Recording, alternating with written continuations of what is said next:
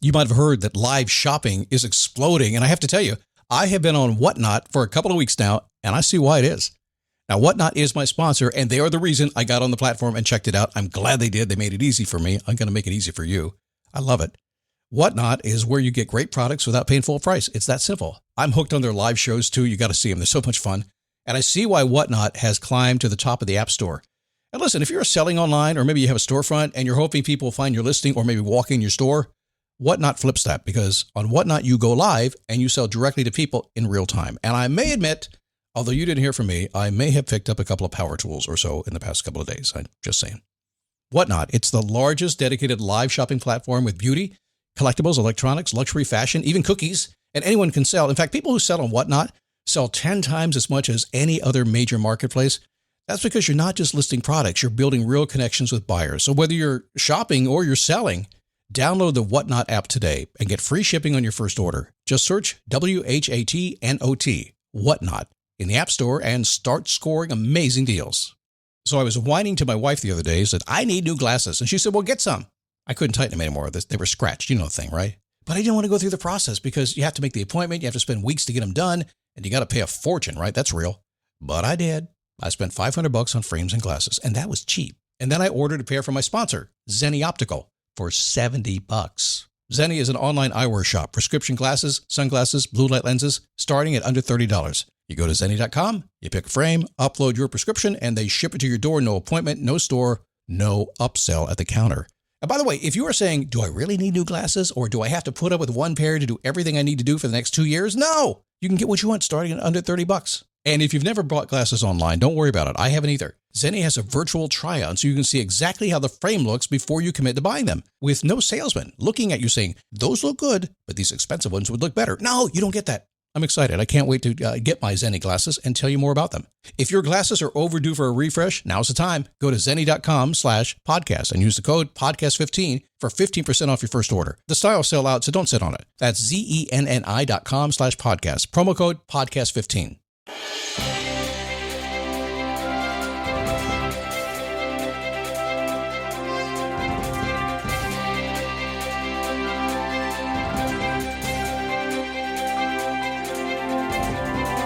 How are you? Happy Monday. Man, it's a special Monday because we have this is the last Monday of the year. We are so close to the new year. Hopefully a great 2022 on the way. And of course, resolution season coming up. We will not be doing many resolutions around here. That's not our thing. But we will be doing goals and supporting you in your goals, if that's okay. And one of the things that a lot of folks have as a goal this time of year is to start getting up early and establish a morning routine. A lot of chatter about a morning routine online, everywhere. Everybody's an expert. I am at mine. I've got some ideas. I'll share it with you today, and I'm going to simplify if that's okay. Just right down to the basics, okay? It's going to work for you. It is a daily boost from motivationtomove.com, the positive boost you need every single day, and the practical boost. It's me, Scott Smith.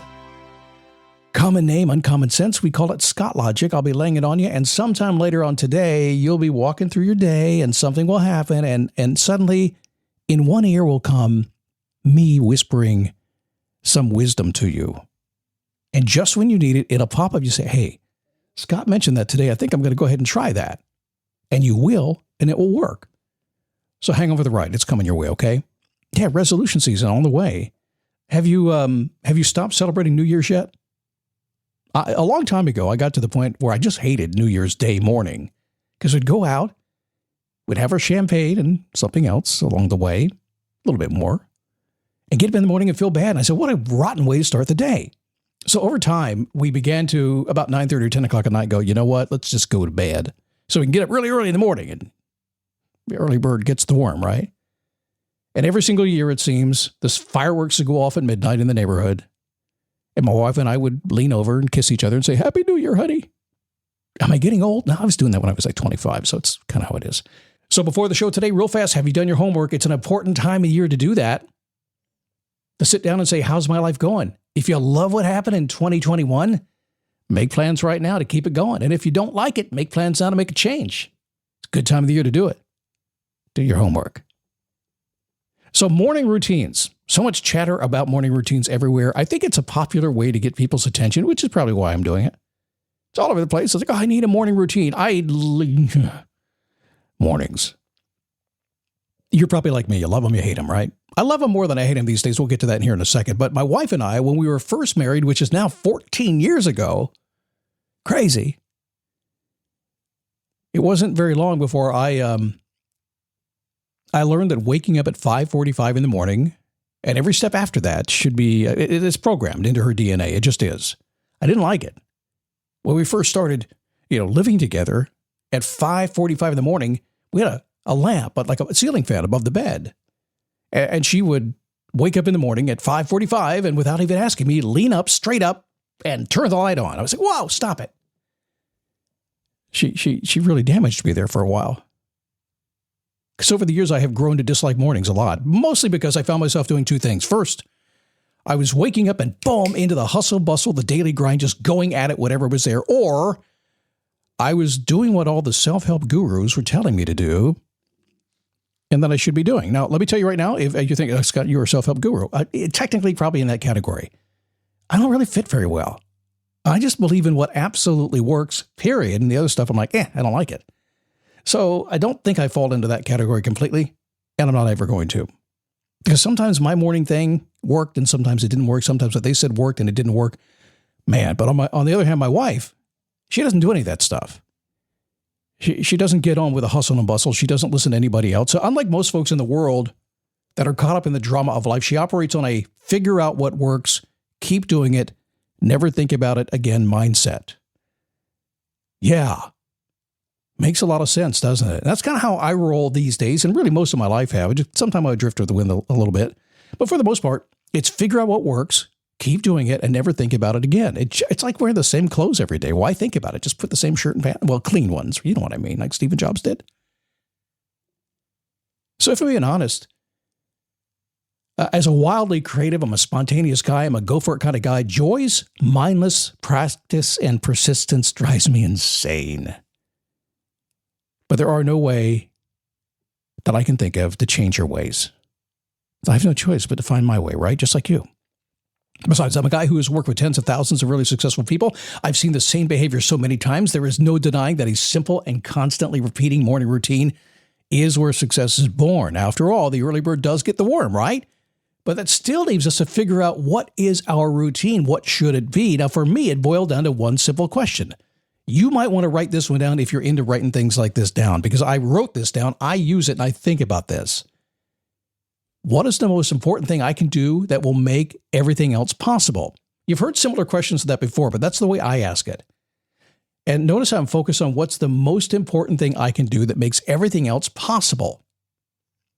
Now, I ask a question for a reason, because I found that question, when I ask a question like that, the answer comes flying out, really like it's a brick falling off a roof, hitting me right in the forehead, and that happens really fast. I may not like the answer, but the truth sometimes hurts. You ask that question, what's the most important thing I can do that will make everything else possible? And here it comes. Tell me you haven't been here before. Tell me you haven't asked a question similar to that, what you know you should be doing, and the answer comes and flies right in your face and goes, this is what you should do right now. This is important. Do it first thing. And you don't like the answer, do you? It hurts sometimes.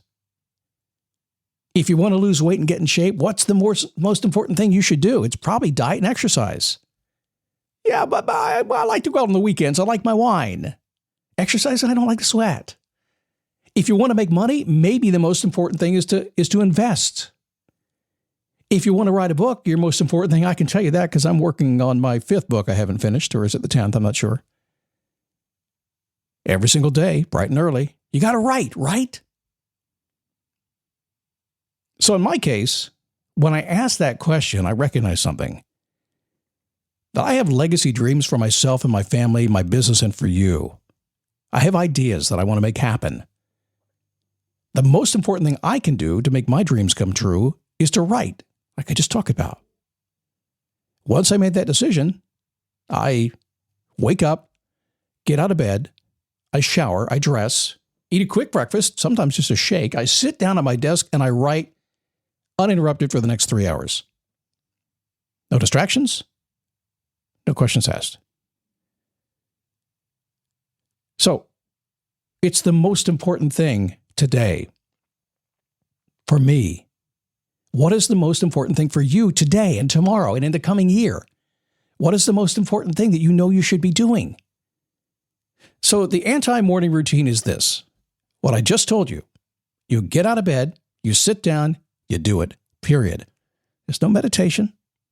There's no walking the dog. There's no, reading. There's no journaling. There's none of that stuff. It's not there. Not for me personally. Now, it may be for you. That may be the most important thing in the morning. If it is, do it. You get where I'm going here, right? So all of the stuff that we talk about is very personal, and it has to work for you, and it has to feel right for you. But it all comes down to, what do you want to do? If you're listening to this program, my guess is you have something in mind. In my case, I want to create a legacy, want to leave a few things around, got to get it on the written word. A podcast gets buried. I need to make sure it's written. So it's important for me to do that. What is important for you? What do you really want to do? So think about that. Even if you can't do it in the morning, but you just decide it's going to take place a little later in the day. I'm not saying you got to get up at 4, but I am saying you got to get to it for sure. Frankly, when you do that most important thing, what happens to everything else? Well, it's still there. When you're done with your important thing, when the time comes, you just say, what's the next most important thing? And then go do that one. You'll stay busy. You'll get everything done. At the end of the day, you'll feel good and you'll do it again tomorrow. I'll see you tomorrow.